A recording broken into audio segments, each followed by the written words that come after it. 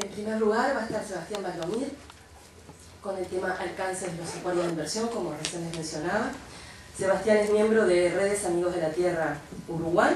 y coordinador del programa Justicia Económica de Amigos de la Tierra Internacional. Este programa da seguimiento al impacto de las grandes empresas multinacionales y las instituciones internacionales sobre las políticas y las prácticas que afectan los derechos de las comunidades locales. ¿Sí? Bueno, buenas tardes a todos y a todas. La verdad que es una alegría compartir esta tarde con los compañeros de la mesa y con todos ustedes, con los cuales en muchas oportunidades hemos compartido instancias de trabajo, de reflexión o de movilización incluso en esta temática que como ustedes saben fue y es la razón de vida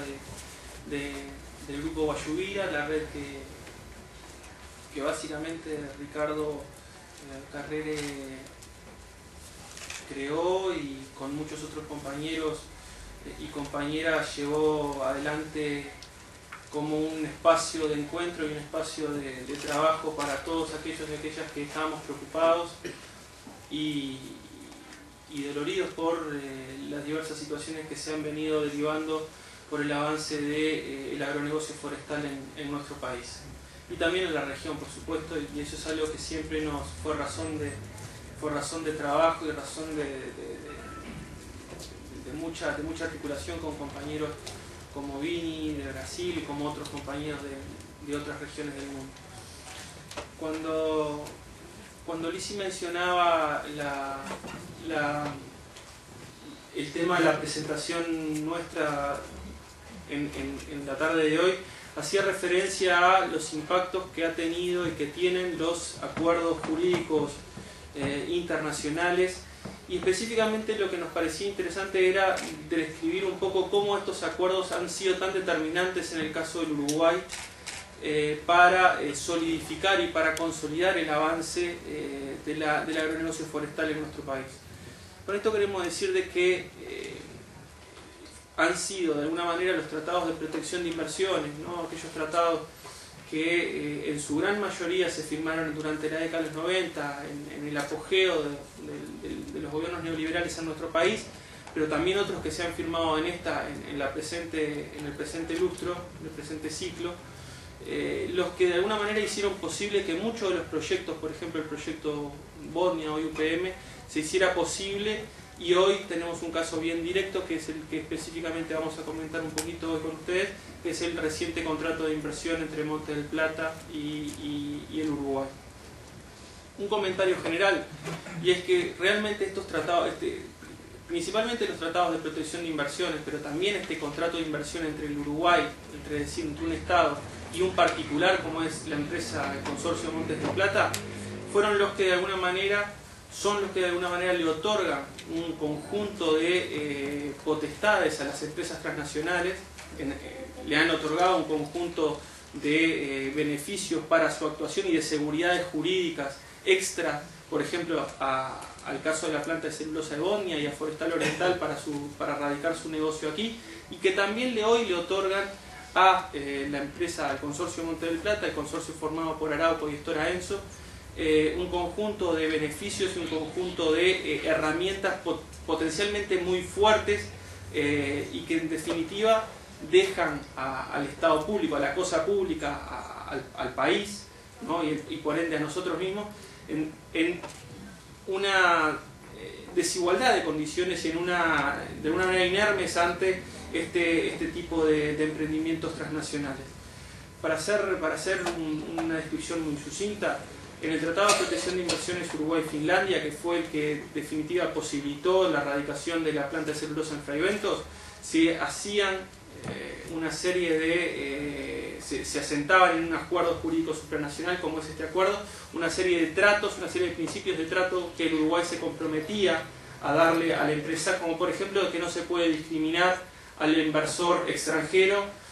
dándole un trato más preferencial a los inversores nacionales, el hecho de que no se le pueden aplicar requisitos de desempeño, por ejemplo, que pueden ser la disposición de que se contrate mano de obra nacional, de que se contrate un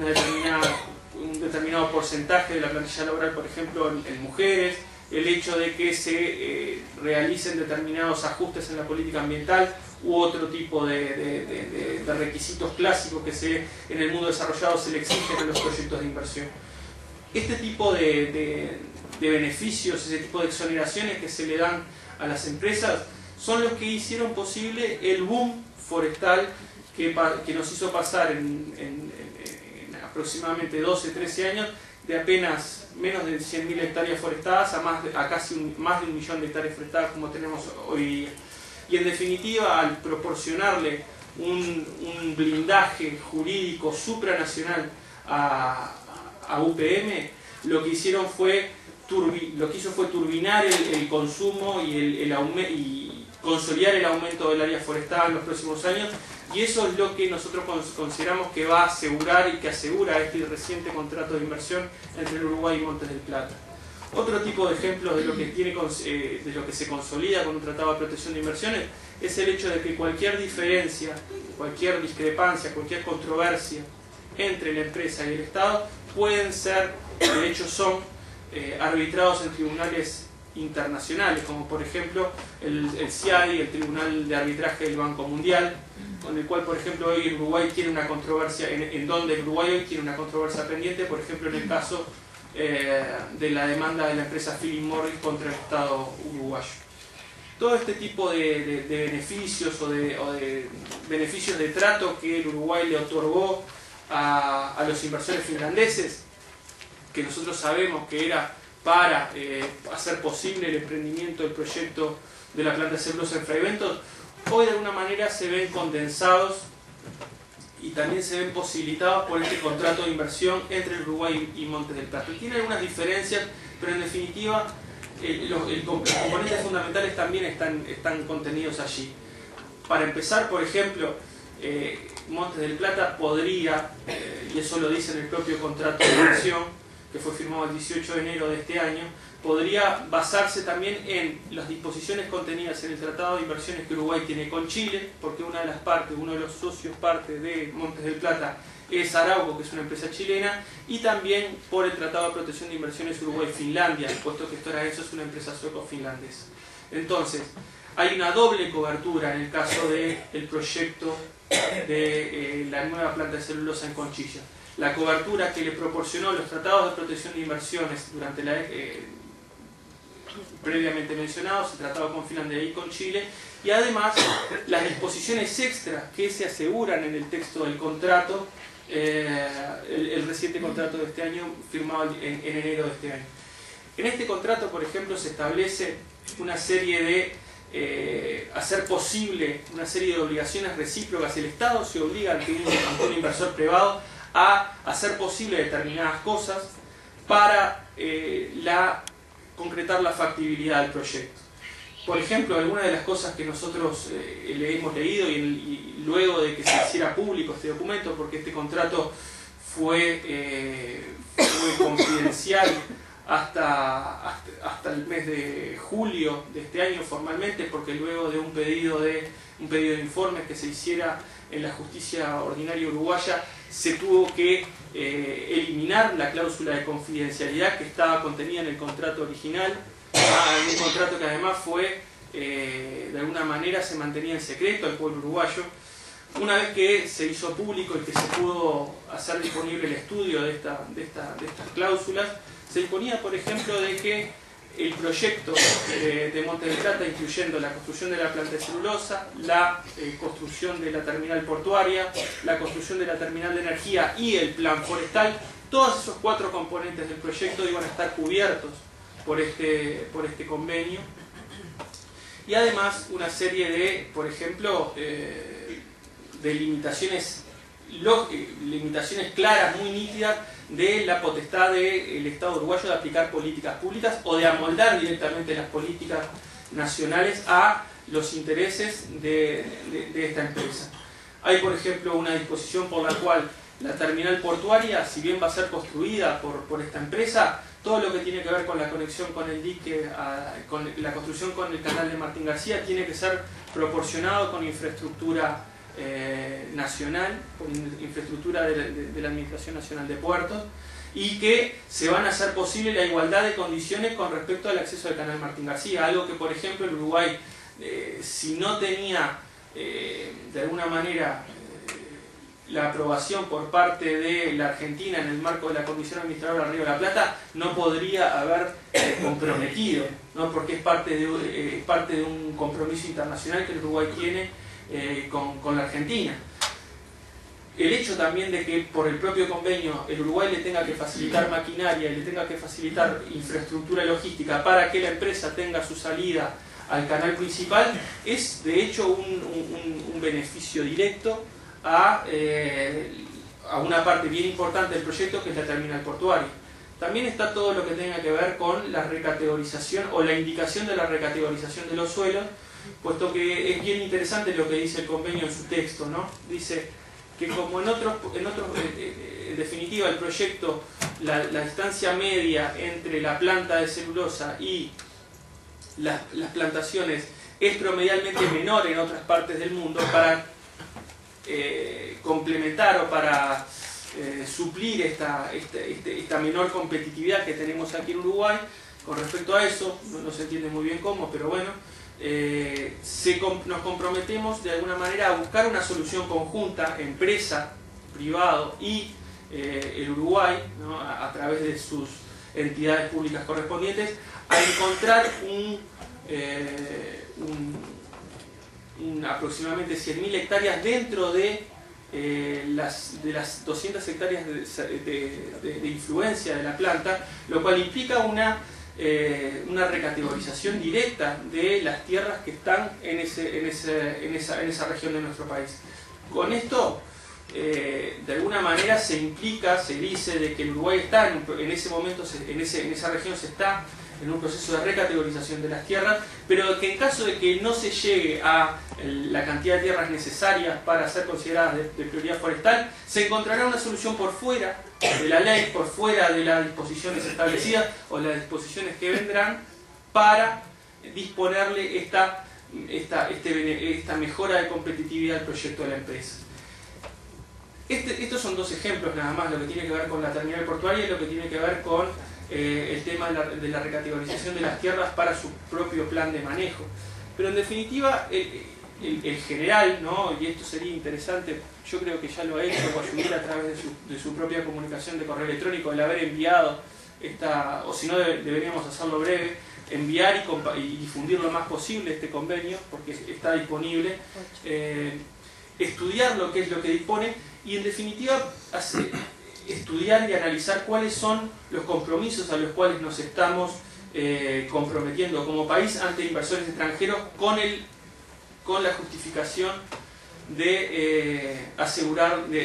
la mayor atracción de inversión extranjera posible para nuestro país. Por ejemplo, es evidente de que en este caso existe una doble cobertura jurídica, ya sea por los tratados anteriores tanto como por este, pero lo más importante es lo que viene para adelante, en el sentido de que las limitaciones que se autoimpone o que se autoimpuso el Estado uruguayo al firmar un convenio de estas características es claramente atentatorio y violatorio a nuestra soberanía nacional. En este sentido es una imagen muy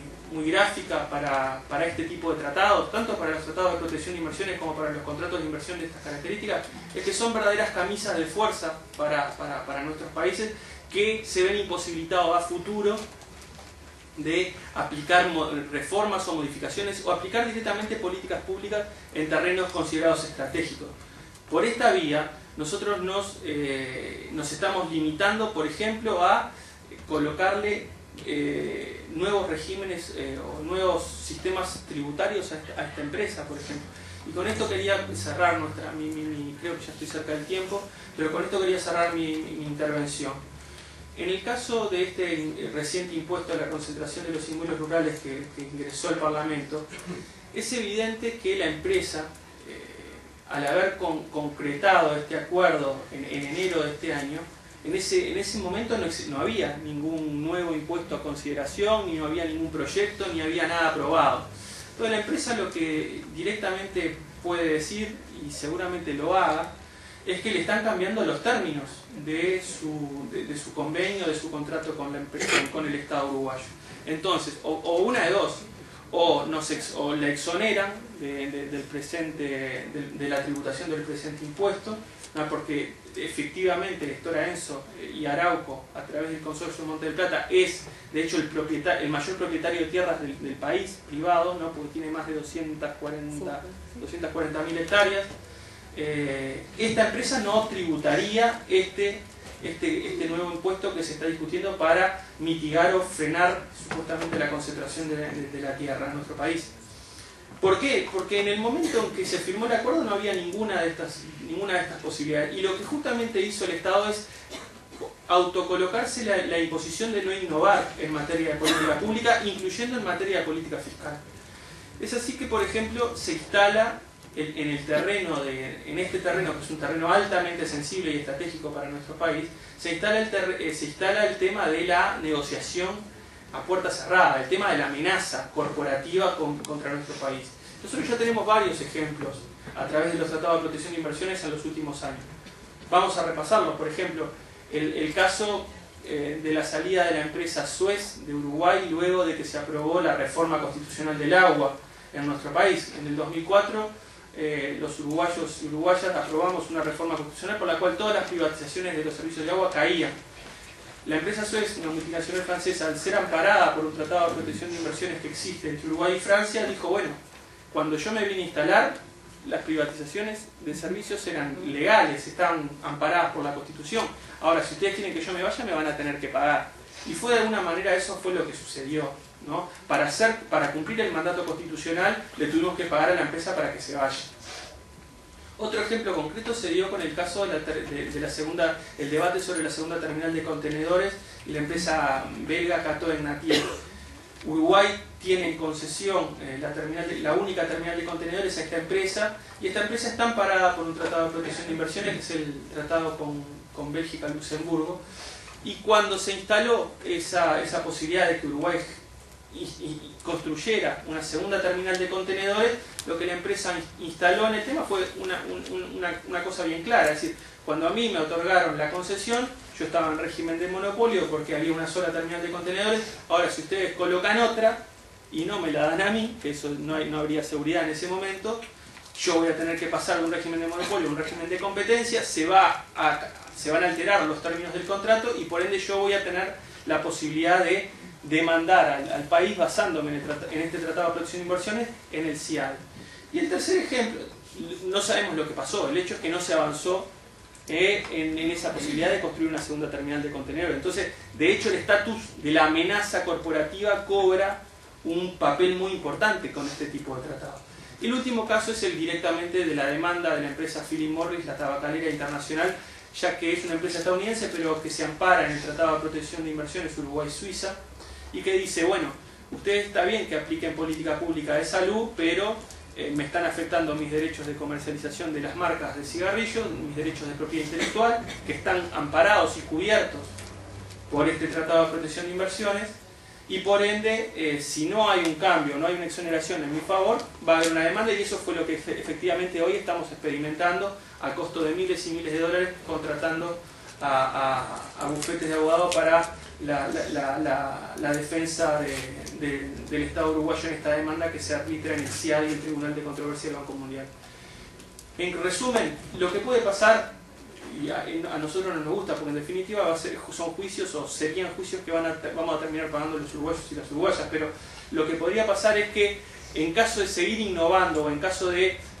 pararnos en los pedales y decir, bueno, esta empresa, como cualquier hijo vecino, tiene más de 2.000 hectáreas, tiene que tributar, en caso de que nosotros prosiguiéramos o que el Estado prosiguiera en esa línea, y bueno, se va a tener que enfrentar o a una negociación con el privado o a una eventual demanda, ya que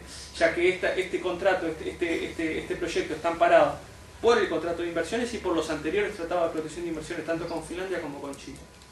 En conclusión, esto es lo que genera para nuestro país, ¿no? Este tipo de contratos, este tipo de convenios jurídicos supranacionales.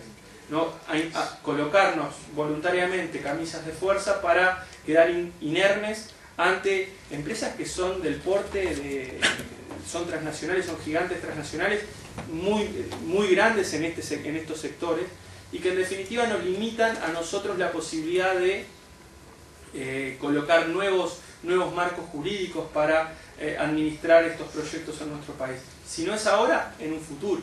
¿no? Esto es lo que nos generan estos tratados. Y en definitiva, para avanzar y para curarnos en definitiva de estas problemáticas, antes de, por ejemplo, innovar en nuevos tratados, en nuevos impuestos, o nuevas políticas ambientales, o nuevas políticas de derrame de los beneficios de la inversión en nuestro país, lo que hay que hacer también es desactivar estos mecanismos jurídicos supranacionales. Es decir, no renovarlos, porque una vez que se firman cada 10 años, si no se denuncian a los 10 años, siguen vigentes por otros 10, no renovar estos acuerdos, no renovar y no firmar acuerdos de estas características como privados a medida, como es este contrato de inversión con